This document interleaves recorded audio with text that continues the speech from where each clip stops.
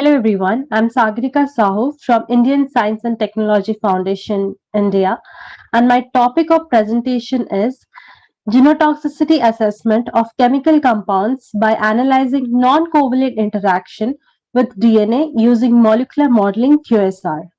So the objective of this research is to understand in silico modeling of drug DNA interactions between anticancerous drug and DNAs for analyzing drug toxicity using molecular docking approach.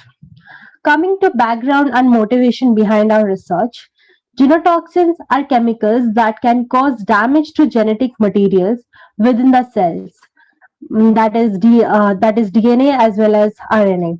By identifying and understanding the genotoxins property of the compounds, we can get an early alert about the safety of the drugs and prevent the potential risk of the drugs.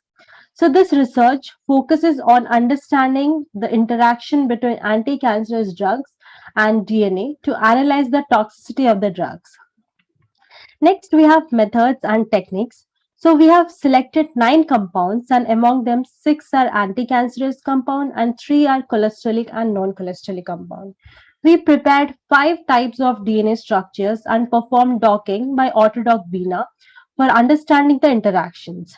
We use the Vega QSR model for predicting the genotoxicity of the compounds and compared these results with the binding energy produced by molecular docking. So here we can see all the 9 compounds that we have taken and the 5 DNA structures that we have prepared. Next, results and discussion. We found that drug venorelbin, which is an anti-cancerous drug, is found to have the best affinity for all DNAs with docking score of minus 10.28 kilocalorie per mole and predicted as non-mutagenic compound by the Vega QSR method. Therefore, it's safer to use. Drugs axitinib and azacitidine interacts with all the DNA with docking energy of minus 9.12 kilocalorie per mole and minus 7.68 kilocalorie per mole, and it is predicted as mutagenic compounds by the Vega QSR method. So among the cholesterolic drug, only chlorpromazine, which is a cholesterolic as well as anti-hepatotoxic, found to be low mutagenic activity. However, it found very low affinity, that is minus 6.72 kilocalorie per mole for the DNAs. So the control, which is caffeine, found low affinity for DNAs with docking energy of minus 6.1 kilocalorie per mole and predicted to be non-mutagenic by the QSR method. Next, results and conclusion. Our analysis reveals that the best anti-cancerous drug is venorelbin, which has more affinity for the DNAs and non-mutagenic to the cells.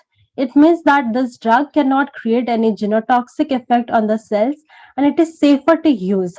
And by this method, we can analyze the drugs, and according to that, we can divide it to mutagenic as well as non-mutagenic. So these are my references, and I would like to thank Inside Biosolution France and Indian Science and Technology Foundation India for helping me throughout my research. And I would also like to thank this platform for giving me an opportunity to present my work. Thank you so much.